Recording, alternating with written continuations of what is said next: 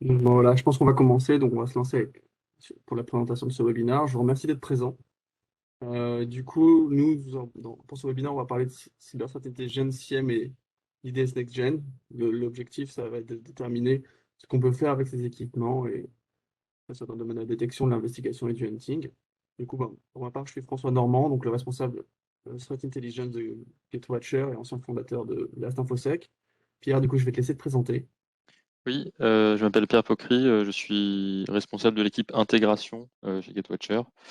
Et donc le travail de notre équipe, c'est intégrer les outils Gatewatcher dans un environnement cyber. Donc par exemple avec un SIEM, et c'est ce qu'on va voir juste après.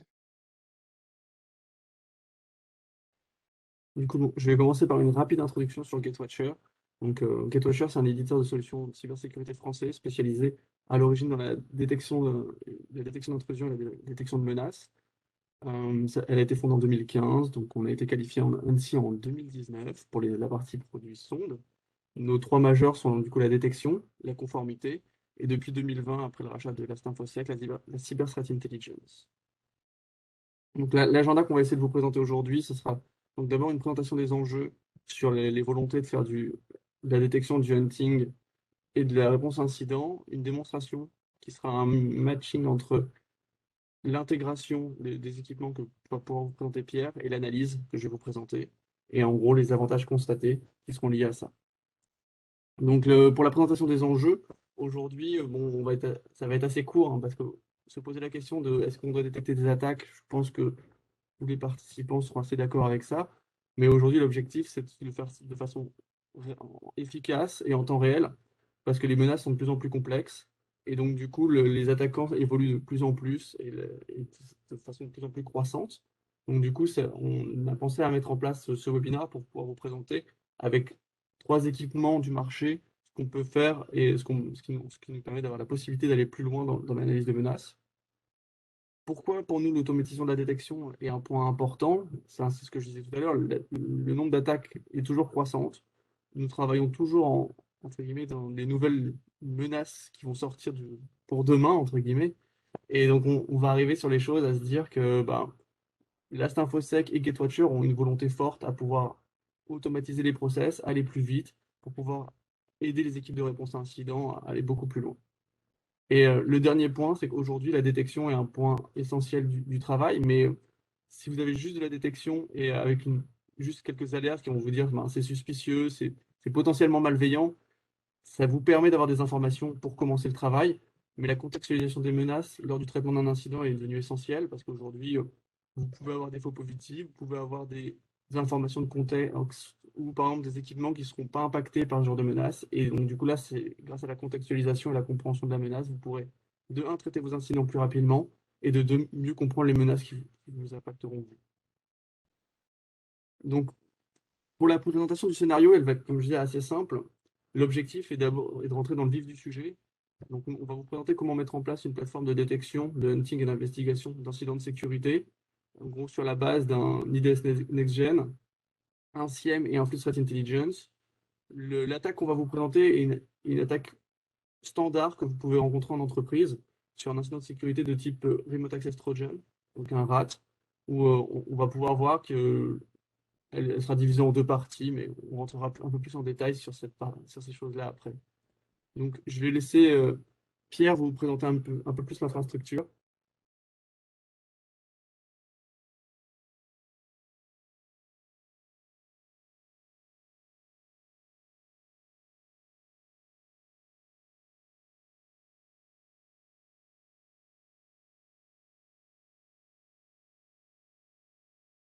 Oui, alors voici l'infrastructure de détection sur laquelle nous allons travailler. Donc on a le système d'information observé qui peut être typiquement un réseau d'entreprise. Sur ce système d'information, il y a tout un tas de flux réseaux qui transitent et on va capturer ces flux soit avec un TAP, soit en faisant la réplication de port, du mirroring de port avec un switch ou un routeur.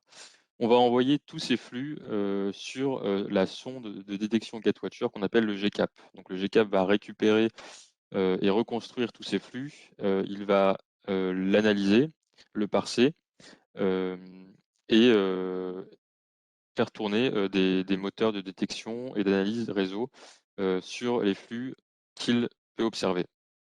Le GCAP, il est connecté au deuxième composant de la solution TrackWatch qui est proposée par GetWatcher, qui est le gCenter. Donc le gCenter, lui, il va appliquer du machine learning sur les métadonnées remontées par le GCAP et il va aussi réaliser des analyses malware sur les fichiers qui ont été reconstruits par le GCAP.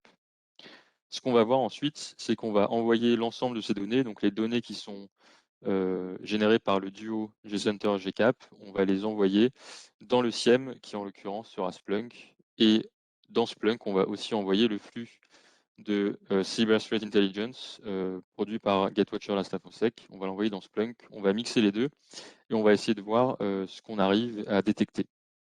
Donc en résumé, il va y avoir deux choses qu'on va vouloir observer dans le SIEM.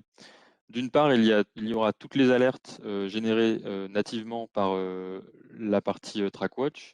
Donc, dans le GCAP, on a de l'analyse réseau, on a de la détection de shellcode, et puis dans le gCenter, on a de l'analyse malware et du machine learning. Donc, tous ces moteurs-là, ils vont générer des alertes, et on veut que les analystes puissent directement comprendre les alertes envoyées par le gCenter. Donc, le gCenter, il envoie des logs au format JSON et on va travailler à faire en sorte que ces logs, ces fichiers JSON, ils aient un sens directement pour l'analyste au sens d'événement. Et la deuxième chose qu'on va faire, c'est que le GCAP, il observe du trafic réseau et donc il peut générer de la métadonnée à partir des trafics qu'il observe. Cette métadonnée, a priori, elle n'a pas beaucoup d'intérêt pour un analyste, ni pour personne d'ailleurs, c'est des adresses IP, des URL et des hashes. Donc c'est des informations, mais c'est pas très intéressant. Ça devient intéressant si on fait matcher cette métadonnée avec les indicateurs de compromission qui sont envoyés, qui sont donnés par le flux CTI. Donc les indicateurs de compromission, c'est des URL, des hashes de fichiers, des hostnames qui ont été vus dans des attaques informatiques et qui ont été donc capturés par Last InfoSec et envoyés et mis dans l'application Splunk Last InfoSec. Donc si vous voyez une URL, par exemple, une URL Last InfoSec vous dit cette URL-là a été vue dans une attaque, si vous voyez que quelqu'un sur votre réseau a également consulté cette URL, c'est probablement qu'il se passe quelque chose de très dangereux sur votre réseau. Et donc c'est ce qu'on va essayer de détecter. On va mélanger les métadonnées des informations réseau qu'on a avec les IOC du flux CTI, on va créer des alertes CTI. Et en parallèle, on aura aussi les alertes GetWatcher traditionnelles. Si on rentre un peu plus dans le détail de ce que vous allez réellement observer par cette présentation, donc on ne va pas jouer du flux depuis l'extérieur, on va utiliser une fonction de replay de PCAP directement intégrée dans le GCAP à des fins de simulation, de test. Et on va connecter notre gCenter donc à un Splunk. Le Splunk, ce sera tout simplement un Docker. Donc, ça veut dire que ce que je vais montrer là, vous pouvez le reproduire en quelques minutes. Il faudra juste lancer un Docker et installer 3 applications. Le TA GetWatcher, donc TA, c'est pour Technological Add-on. Donc, c'est une application Splunk que GetWatcher a développée et qui permet de convertir toutes les données du gCenter en événements facilement compréhensibles par un analyste et au passage de convertir toutes les données au format voulu par Splunk qui est le Common Information Model. Donc ça, c'est la deuxième application qu'on va installer. Et la troisième application, c'est l'application GetWatcher Last InfoSec qui va récupérer le flux de Threat Intel et le mettre dans Splunk. Et nous, on va vouloir croiser les deux et en croisant les deux, créer de nouvelles alertes. Donc pour la partie démonstration, donc je vais directement me connecter sur un gCenter. Donc on se connecte au gCenter, donc c'est la dernière version du gCenter qui va sortir au mois de juillet. On voit qu'on a un GCAP qui est correctement appairé, qui est online. Et maintenant, on va se pencher sur le Splunk. Donc on a un Docker Compose qui est hyper simple. Je vous invite à regarder la documentation produite par Splunk sur l'utilisation de leur Docker, qui est vraiment hyper intuitive, super simple à utiliser, afin que vous puissiez réaliser des POC très rapidement. Donc on a notre Docker, le Docker Compose super simple, et puis donc notre Docker est bien en train de tourner, donc tout va bien. Rapidement, on va se connecter sur le GCAP pour lancer le rejeu de PCAP. Donc on va rejouer du flux qu'on a capturé. On arrive sur la Command Line Interface, donc on voit que notre GCAP est up and running, tout va bien. Et tout de suite, on va rejouer notre PCAP. Donc on a deux PCAP, un PCAP qui va servir à François pour montrer son scénario, c'est le attack list. Et là, on va juste jouer à un PCAP qui contient du trafic un petit peu aléatoire avec différents protocoles pour voir ce qui se passe. Donc on lance le rejeu du PCAP, voilà. Et on va voir que au niveau du monitoring du gCenter, donc le PCAP est en train d'être joué sur le GCAP analyse le flux. Et on va voir qu'on a plein d'événements qui sont en train de se passer au niveau du GCAP. Donc voilà, des flux DNS, des evlogs. Et ça se reporte également sur la partie monitoring du gCenter, où on voit qu'on attend de paquets reçus à un débit, par exemple, de 20 mégabits par seconde. Et donc, l'expérience est en train de fonctionner correctement.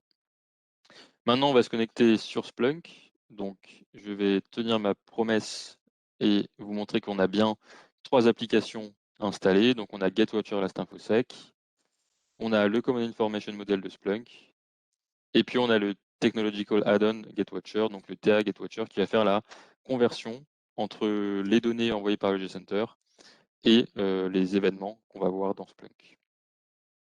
Là, je vais sur l'application Last InfoSec. Donc on voit qu'on peut, sous forme d'un tableau, consulter tous les indicateurs de compromission. Ils peuvent être de plusieurs types, ça peut être des URL, des hash de fichiers, ça peut être des noms de fichiers, ou ça peut être des hostnames par exemple. Si on clique sur une IOC, eh ben, on va pouvoir avoir tous les détails qui se rapportent à l'indicateur de compromission, et surtout on va pouvoir lier l'indicateur de compromission à une attaque, donc à un case, c'est-à-dire un ensemble d'indicateurs de compromission qui font que un événement peut prendre une cohérence dans une attaque plus globale. On a aussi un dashboard dans l'application qui permet d'évaluer à peu près comment l'application Splunk LIS fonctionne. Donc là, on voit qu'on a un certain nombre d'IOC, un nombre de cases, et puis on peut facilement analyser la répartition des IOC, leur type, et puis les malwares auxquels ils s'attaquent. D'un point de vue programmatique, si vous voulez accéder à l'ensemble de ces données dans Splunk, il faut juste utiliser la commande input lookup, et vous avez sous forme de tableau l'ensemble des IOC dont on vient de parler. Donc ça, c'était pour la partie CTI. Donc on a vu que dans notre Splunk, on avait tous nos indicateurs de compromission accessibles avec la commande input lookup. Maintenant, ce qu'on va vouloir vérifier, c'est que on a bien les données, les alertes et les métadonnées en provenance du gCenter qui arrivent dans Splunk. Donc pour ça, on va d'abord aller dans la partie entrée de données de Splunk, donc entrée de données, et on va paramétrer le port 50514. On aurait pu choisir autre chose. Donc on le map sur le modèle de données GetWatcher qui provient du TA GetWatcher dans l'index GetWatcher. Et au niveau du gCenter, on va paramétrer l'export des données. On pourra en paramétrer 2, mais on va en paramétrer un seul puisque c'est suffisant. On a juste besoin de renseigner l'IP et le port, 50514. On va faire l'export au format JSON. On pourrait faire de l'IDMEF, mais là, on va juste faire du JSON. La RFC, on s'en fiche un peu pour ce cas d'usage. Si on voulait, on pourrait exporter seulement les alertes, mais là, on va tout exporter, les alertes et les métadonnées. On pourrait filtrer par protocole, on pourrait filtrer par adresse IP, on pourrait filtrer par GCAP, mais là, on va rester dans le cas le plus standard. Et on pourrait aussi, si on voulait, chiffrer la liaison entre le gCenter et Splunk, mais là, on ne va pas s'embarrasser de cela. Pour les personnes qui sont les plus avancées au niveau de la compréhension du GCAP, sachez que s'il y a des métadonnées HTTP qui vont être générées dans l'exemple, c'est par exemple parce que on a activé le parsing et le logging du protocole HTTP. Donc ça se règle par là dans la dernière version du gCenter. Et si on voulait avoir encore plus de métadonnées, mais ce n'est pas ce qu'on va montrer ici, si on voulait avoir encore plus de métadonnées, on pourrait aussi activer la partie NetFlow du gcenter, le parsing NetFlow sur le gcap. Donc là, on a vu que l'export de données était OK, on a vu que les entrées de données étaient OK sur Splunk. Donc normalement, on devrait recevoir des données. Et pour vérifier si on reçoit bien les données, on va juste faire index égale getWatcher. Et on voit qu'on est bien en train de recevoir les données qui étaient en train d'être rejouées sur le gcap. On voit que grâce au TA getWatcher, les données sont déjà mappées donc sur des source types et surtout sur des event types. Donc ça veut dire que l'analyste qui va utiliser l'application Splunk et le gcenter, il n'a pas besoin d'interpréter chaque document JSON. Le TA getWatcher fait ce travail de conversion et d'interprétation des événements en lui disant bah, cet événement-là, c'est directement une alerte générée par le moteur Sigflow, c'est de la métadonnée sur le protocole TLS. Ça, c'est une alerte de type Malcore, ça, c'est une alerte de type déjà detect, etc., etc. François reviendra tout à l'heure sur la signification de ces différentes alertes.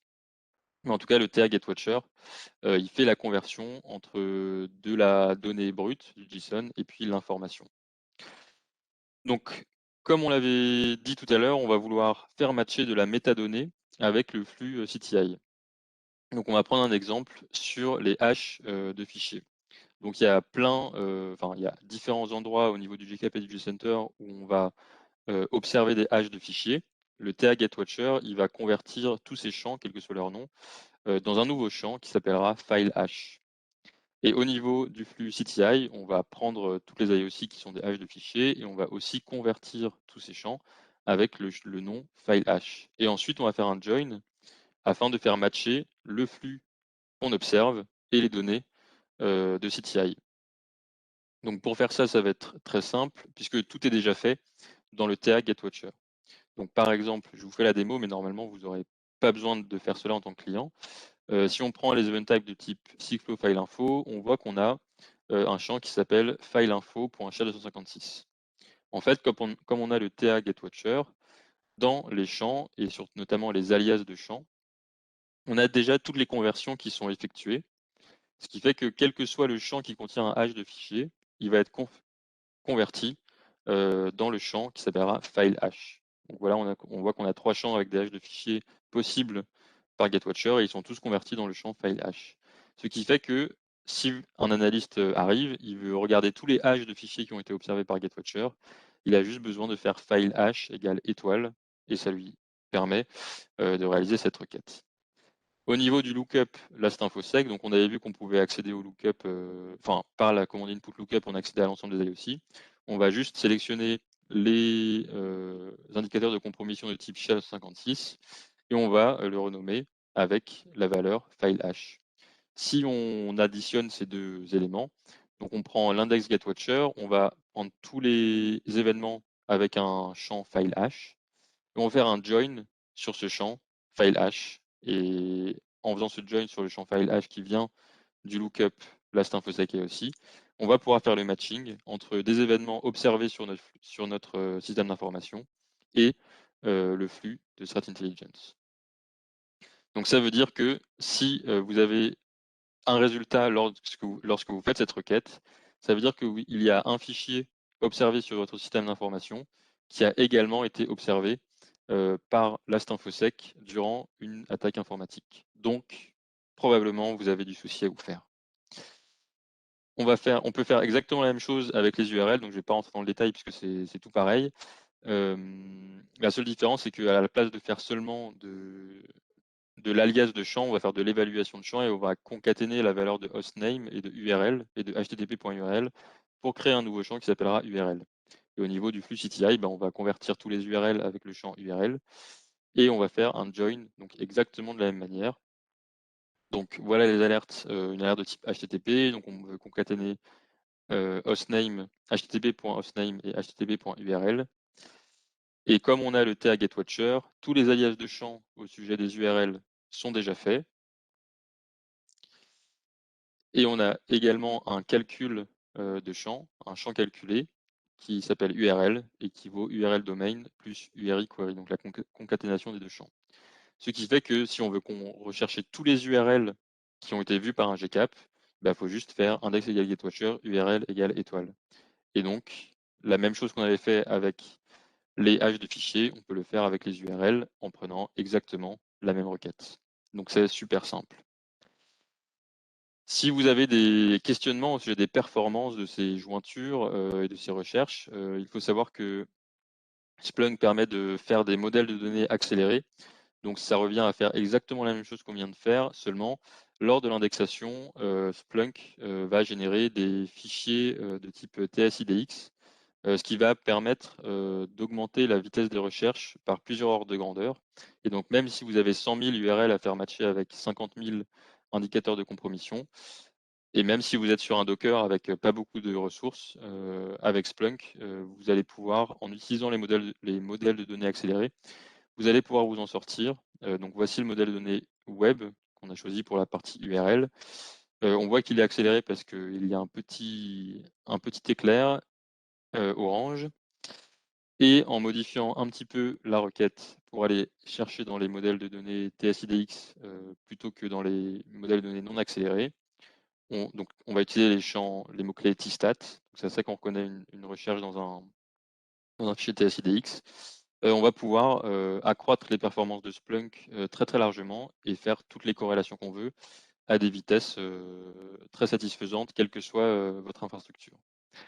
Donc là, on a vu qu'on avait réussi à mapper des logs pour créer des événements facilement compréhensibles par des analystes. On a aussi vu qu'on a pu prendre des métadonnées et les faire matcher avec des indicateurs de compromission pour créer de nouvelles alarmes. Donc tout ça, c'était sous forme de requêtes. Maintenant, on veut l'automatiser. Donc on va juste aller dans la partie alarme de Splunk. On voit que si on veut créer une alarme de type Malcore, par exemple, il faut juste dire prends tous les événements de type Malcore Infected, crée une alarme à partir de ça. Donc là, on va la jouer sur les 15 dernières minutes de données, toutes les 14 minutes avec cette expression cron. Et là, on va juste créer des alarmes, des alertes de format Splunk. Mais si on voulait, on pourrait créer de nouveaux logs pour créer de nouveaux dashboards, par exemple. On pourrait exporter tous ces résultats dans des lookups, on pourrait exécuter des scripts, on pourrait envoyer des emails, on pourrait faire appel à des webhooks, on pourrait faire absolument tout ce qu'on veut de manière automatisée. Et on pourrait faire exactement la même chose avec la partie IOC et croisement avec les métadonnées. Donc il ne me reste plus qu'à rejouer le PCAP sur lequel François va travailler. Cette fois-ci, pour varier les plaisirs, je le fais avec l'interface graphique du PCAP. Voilà, on rejoue le PCAP.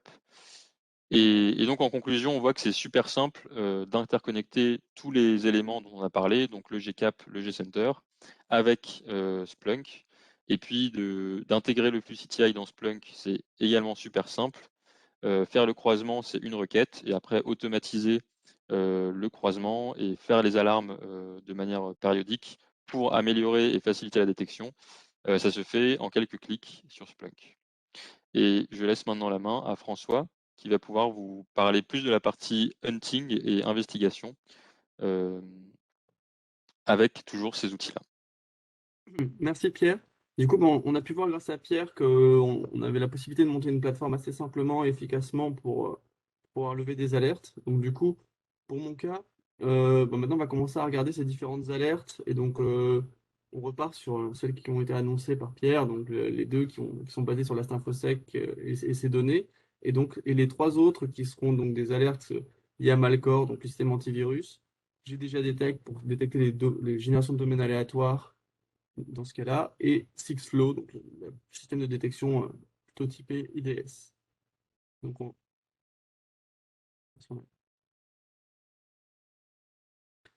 du coup, en gros, via ces différentes alertes qui ont été remontées, donc après le rejet du P4, on va pouvoir, nous dans notre cas, donc commencer à regarder celle de la Infosec,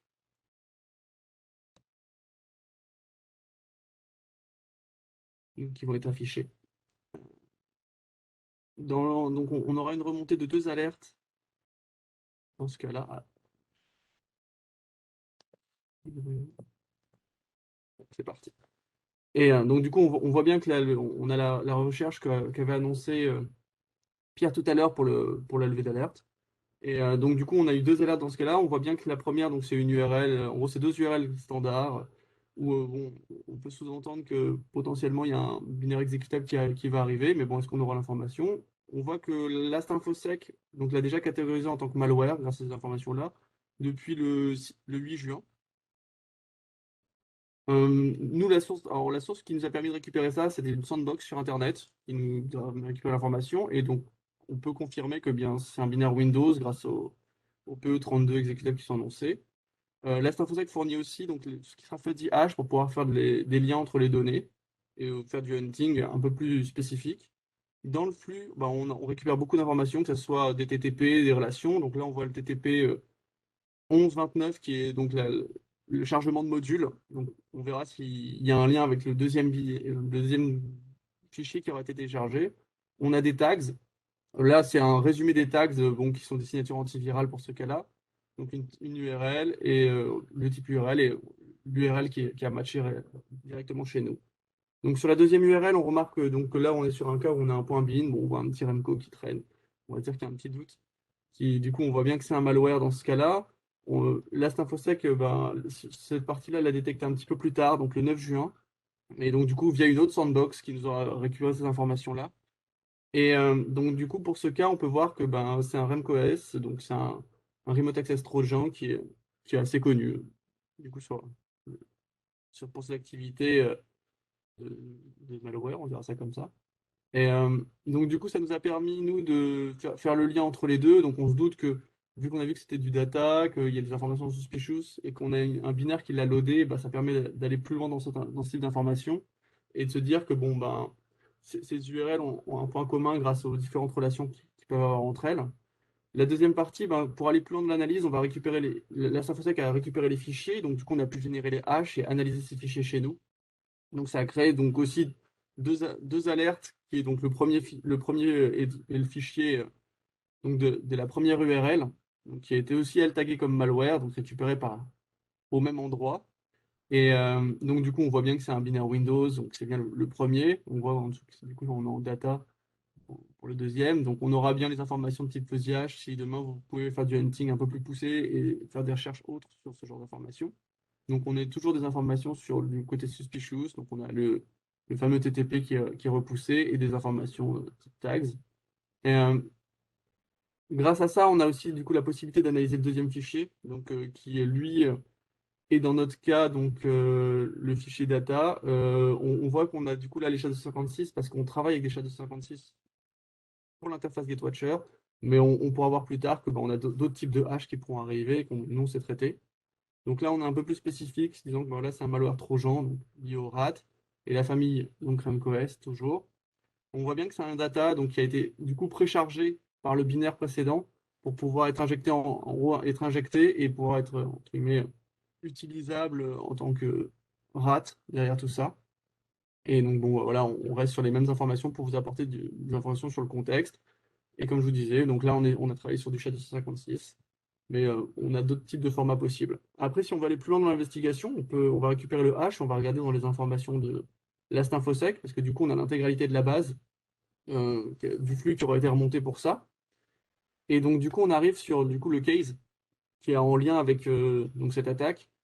Donc, pour ce cas-là, on va avoir donc 11 indicateurs qui vont être liés à ça. On va avoir des informations disant qu'on a plusieurs types, plusieurs TLP différents et plusieurs niveaux de risque inclus dans ce case. Ça va être les choses qui vont nous apporter un premier chose. Donc, du coup, on voit que du coup, il y a des liens avec le binaire. On voit qu'il y a des liens avec d'autres URL qui auraient pu télécharger le même binaire, donc qui sont présentes sur l'interface. Ça nous permet d'avoir pas mal d'informations sur le binaire exécutable, mais aussi donc avoir la possibilité de mettre en relation les différentes actions de l'attaque et les différents éléments qui nous permettront de détecter et de comprendre cette attaque. L'apport qu'on aura en plus, donc du coup, avec ça, c'est qu'aujourd'hui, donc le backup qu'on a rejoué ne contient pas donc le Microsoft Excel qui aura permis en fait de loader le premier binaire. Donc dans ce cas-là, en fait, ça nous permet de savoir qu'il y a eu un bootloader en amont qui vous permettra de faire des recherches sur ça. Donc regardez en même temps si vous avez donc la machine qui a été utilisée derrière est bien une machine Windows qui est impactée par le bootloader et qui potentiellement peut être impactée par la vulnérabilité de 2017-11-882, qui est extrêmement utilisé par les équipes d'attaquants pour pouvoir exécuter des malwares en direct. Donc, si vous n'avez pas d'impact, vous pouvez beaucoup plus rapidement interagir et comprendre que ben voilà, soit c'est un faux positif pour votre cas, soit c'est un, en gros, vous êtes protégé, donc du coup, il y a moins de risques. Et donc, du coup, ça vous permet, bon, si vous avez l'ensemble des alertes, normalement, c'est qu'il y a des actions, mais bon, en gros, là, on peut aller beaucoup plus loin. Pour la suite, on va commencer à regarder du coup la partie antivirale, donc les alertes qui ont été exécutées par Malcore. Donc, dans ce cas-là, on se retrouve avec une alerte donc, d'un des fichiers qui a été détecté comme infected. Donc, on aura la possibilité, donc, grâce à ça, de remarquer qu'on aura des informations sur le user agent, par exemple. On voit un petit peu au-dessus qu'il y a les informations sur, qu'on est bien sur le PE32.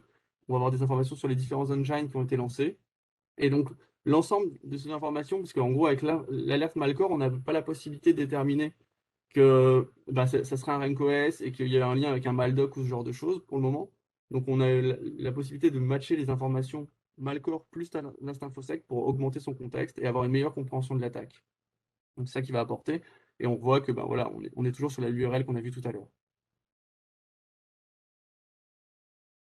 Donc, pour la suite, maintenant, on va regarder les alertes qui ont été remontées par le moteur GDGA Detect. Donc, qui est un moteur qui permet de détecter du DGA, mais pas que. En fait, il permet aussi de détecter des domaines qui sont suspicieux avec un aléa fort.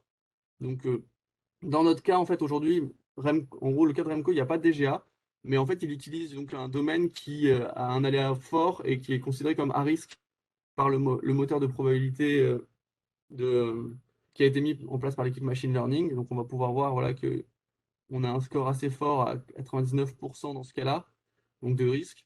Et du coup, des informations qui sont passées sur le protocole DNS qui ont permis de remonter ces alertes.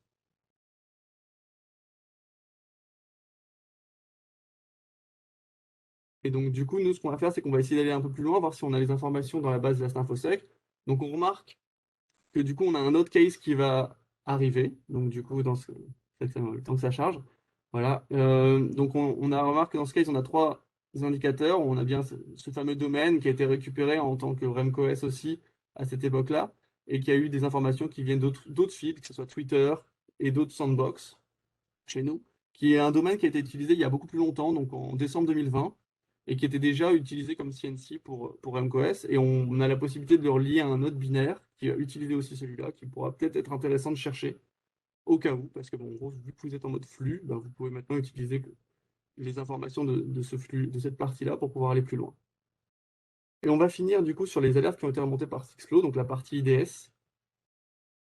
En- Cette partie va permettre de remonter, faire l'analyse sur vraiment les alertes réseau qui ont été remontées par les rules sur Ikata qui existent sur la plateforme, du coup sur le GCAP.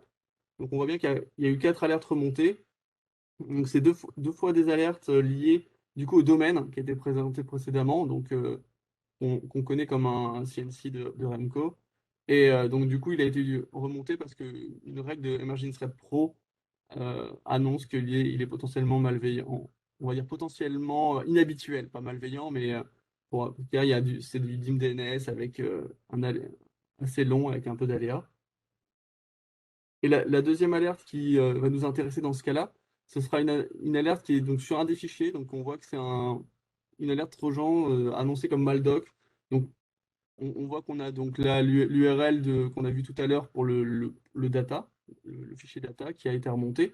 Mais du coup, c'est vrai que l'information qui nous a été remontée par l'IDS est intéressante pour pouvoir mettre en place la détection. Mais du coup, sur ce cas-là, on aura du coup un léger manque de contexte du fait que, ben, en gros, l'alerte annonce que c'est potentiellement un maldoc. Mais du coup, en fait, ça va nous permettre, grâce aux infos qu'on aura récupérées grâce à la Stinfosec et les alertes remontées par la sonde Gatewatcher, de pouvoir mieux comprendre du coup l'attaque et de pouvoir avancer un peu plus précisément sur ce genre de choses. Donc, du coup, pour résumer un petit peu ce qui s'est passé euh, dans ce cas-là, donc on a eu 5 types d'alertes différentes qui nous ont permis en fait de pouvoir suivre une timeline d'une attaque. Donc on a commencé par une URL qui va télécharger un binaire Windows qui sera dans ce cas-là un loader. L'information qu'on aura pu récupérer, c'est qu'on aura pu le détecter grâce à l'Ast Infosec parce qu'on avait l'information sur ce cas-là. Et en gros, la suite des choses, on a permis d'analyser le fichier qui a été téléchargé. Donc, Malcore a pu détecter en tant que malveillant et que la InfoSec a confirmé que c'était un loader qui était lui relié donc à un Microsoft Excel. Et dans ce cas-là, on va pouvoir au fur et à mesure découler l'attaque en récupérant le fichier data et analysant grâce aux différentes alertes qui ont été remontées donc par tous les moteurs pour pouvoir aller jusqu'au moment à dire que ben c'est une alerte, donc c'est un malware qui fait partie de la famille des rats de RuncOS. Et du coup, en gros, en fonction des différentes interactions, de pouvoir répondre à l'incident beaucoup plus rapidement et beaucoup plus efficacement. Du coup, maintenant, je vais vous parler de la partie plutôt sur les avantages constatés en termes de, du coup, grâce à cette plateforme-là. Donc, la première partie sera sur les avantages sur la détection. En fait, on a remarqué que, ben, en mettant en place cette plateforme, on a la possibilité de faire la détection en temps réel et efficacement de menaces complexes. Parce qu'aujourd'hui, en fait, on va pouvoir aller, grâce aux informations qu'on aura et les règles qui sont de détection de la partie TrackWatch et de la partie Cyber Threat Intelligence, si on arrive à les matcher, du coup, avec un système comme de type SIEM aujourd'hui, on peut aller beaucoup plus loin dans l'analyse et pouvoir faire ça efficacement. La deuxième partie, c'est vraiment que tout ça nous permet de pouvoir automatiser toutes les actions de détection pour pouvoir vraiment centraliser en un seul point et être beaucoup plus efficace pour ce genre de choses et lever des alertes assez spécifiques. Et derrière, le dernier point, c'est aussi que ben, du coup, grâce à ces systèmes où on a pu injecter de la Cyber Threat Intelligence, on a pu simplement pouvoir avoir un système de détection qui sera mis à jour en temps réel dès qu'une nouvelle attaque et dès qu'une nouvelle information sur une cybermenace sera active et qu'elle pourra être détectée sur votre réseau. Donc pour la partie hunting, qui est aujourd'hui en gros un élément essentiel pour pouvoir monter en maturité dans le domaine de la détection, parce qu'on va rappeler qu'une attaque en moyenne 3 mois est détectée, donc on ne peut pas toujours avoir l'information en temps réel sur les dernières menaces. Donc grâce à ça, vous pouvez simplement monter une plateforme grâce à vos logs dans votre SIEM et des informations de type Cyber Threat Intelligence et pouvoir l'automatiser efficacement et simplement grâce à toutes ces choses-là. Aujourd'hui, ça vous permettra de détecter des choses qui se sont passées dans le passé et en même temps pouvoir avoir des alertes très précises sur des menaces réelles. Et pour la partie des avantages liés à l'investigation, ben, ils sont assez directs, hein. Aujourd'hui, grâce à la contextualisation, on l'a vu, on a pu déterminer beaucoup plus précisément quel type de menace impactait l'infrastructure et pouvoir mieux la comprendre et mieux y répondre. Je ne vais pas rentrer dans le détail de quel est l'intérêt de pouvoir mieux comprendre et de pouvoir analyser des cas s'il y a des faux positifs beaucoup plus rapidement dans des cas d'investigation parce qu'on est toujours dans l'urgence et il faut, entre guillemets, travailler le plus efficacement possible sur ce genre de choses. Et on a la possibilité, grâce à cet environnement-là, d'automatiser, que ce soit de la génération de rapports ou de dashboards pour les incidents, ce qui fera gagner un temps, entre guillemets, énorme à vos équipes.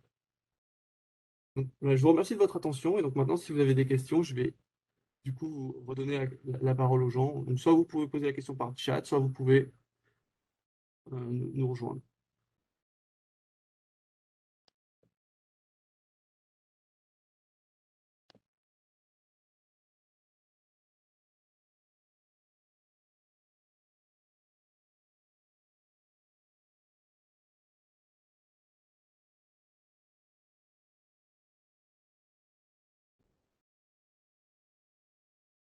Maintenant, du coup, ouais, si vous voulez nous parler, vous pouvez vous pouvez mettre le micro vous-même, il n'y a pas de souci.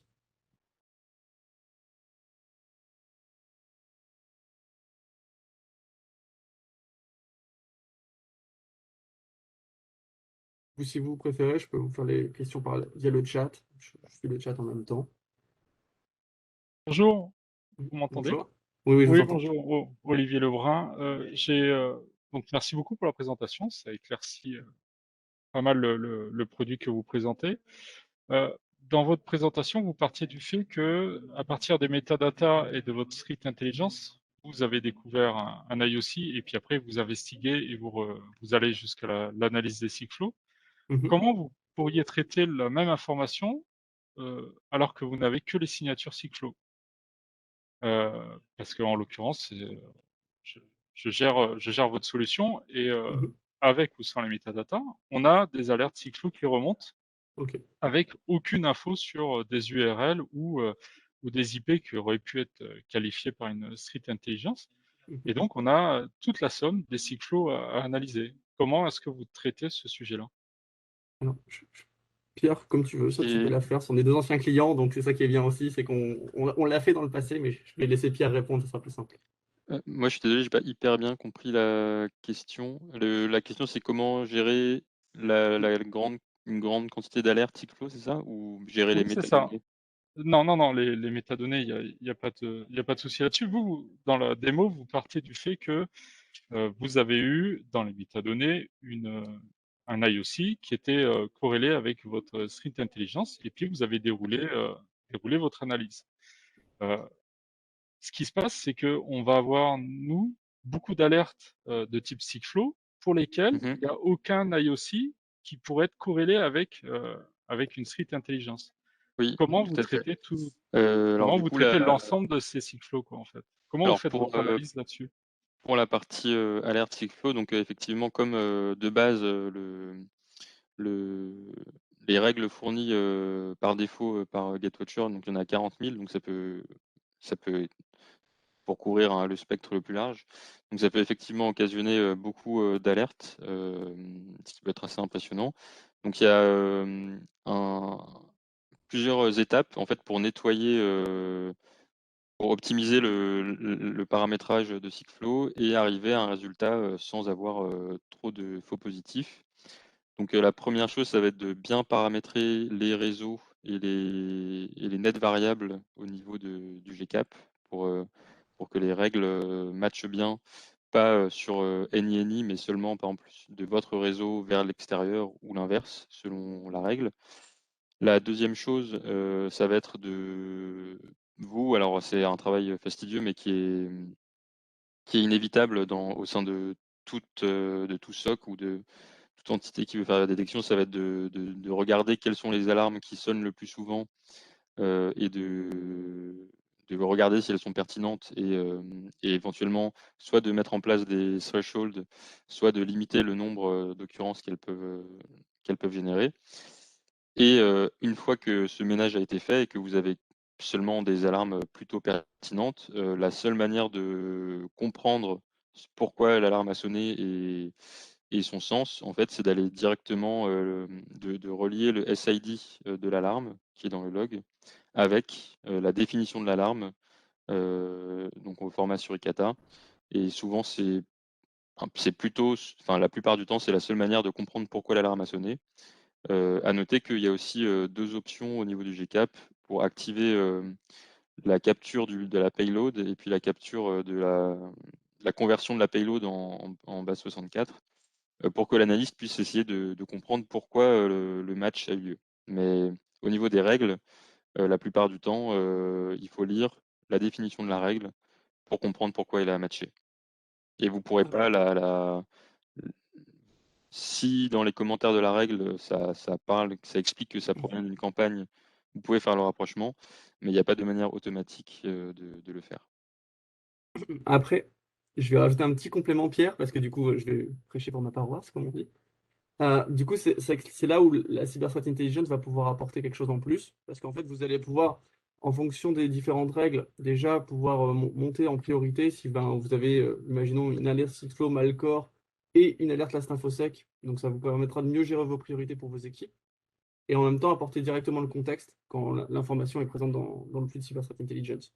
Donc, du coup, ça vous permettra, donc, avec l'information de cyber threat intelligence en plus, de pouvoir apporter ce contexte et cette investigation beaucoup, entre guillemets, accélérée pour ce type de cas. C'est là où, entre guillemets, cette partie-là va faire son œuvre aussi. Donc, en dehors du fait qu'on peut améliorer la détection grâce à la cyber threat intelligence, ça permet aussi de mieux comprendre les attaques. Alors, je comprends. Merci pour les réponses. Là, c'est dans le cas où l'attaquant il serait à l'extérieur du réseau en renseignant mes variables. Maintenant, quelqu'un qui a malheureusement réussi à rentrer dans mon réseau et qui utilise un poste pour pivoter et donc faire des exploitations de vulnérabilité, l'adresse IP elle sera interne, qu'elle soit en source ou en destination. Donc, si je renseigne les variables, je ne vois plus du tout ces signatures qui vont remonter. Donc, je deviens aveugle sur un périmètre, quoi. Alors, il y a aussi la possibilité au niveau du manager Sigflow, donc de prendre, une source, de règles, et vous avez des options en fait, et vous avez l'option latérale par exemple. Donc l'option latérale, ça va être pour, prendre une règle et faire en sorte qu'elle ne matche que dans le cas d'un mouvement latéral. C'est quelque chose, de possible aussi. Après, sur le terrain. C'est sûr que faire le ménage de toutes les alertes Signalflow, de toutes les alertes possibles Signalflow et des 40 000 alertes fournies par défaut, c'est quelque chose, c'est un peu un travail de longue haleine qui doit être fait au fur et à mesure du temps. On est d'accord sur ça. Et bon, bah, c'est justement un des avantages de la Threat Intelligence, c'est que c'est directement contextualisé. Alors qu'effectivement, une alert Signalflow, bah, ça match. Et puis, c'est après à l'analyste de faire le travail derrière de compréhension de pourquoi, du comment. Merci.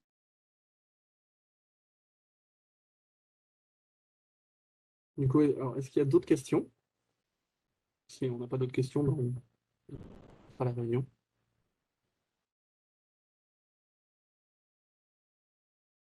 Donc, bon, ce qu'on peut faire, c'est que ben, voilà, si vous avez une question là maintenant, on peut la prendre. Dans le pire des cas, donc vous avez une adresse mail réciproque juste en bas. Donc vous pouvez nous contacter sans problème si vous avez des questions plus précises, ou que ce soit sur la Cyber Threat Intelligence ou sur les sons de TrackWatch. Donc on peut, je pense, arrêter, parce que je pense qu'on est dans les temps là, approximativement. Et donc, si vous voulez nous recontacter, on n'aura pas de problème à faire des points avec vous en one-to-one après. Je vous remercie pour votre attention et pour le temps. Merci à vous. Merci. Merci. Merci.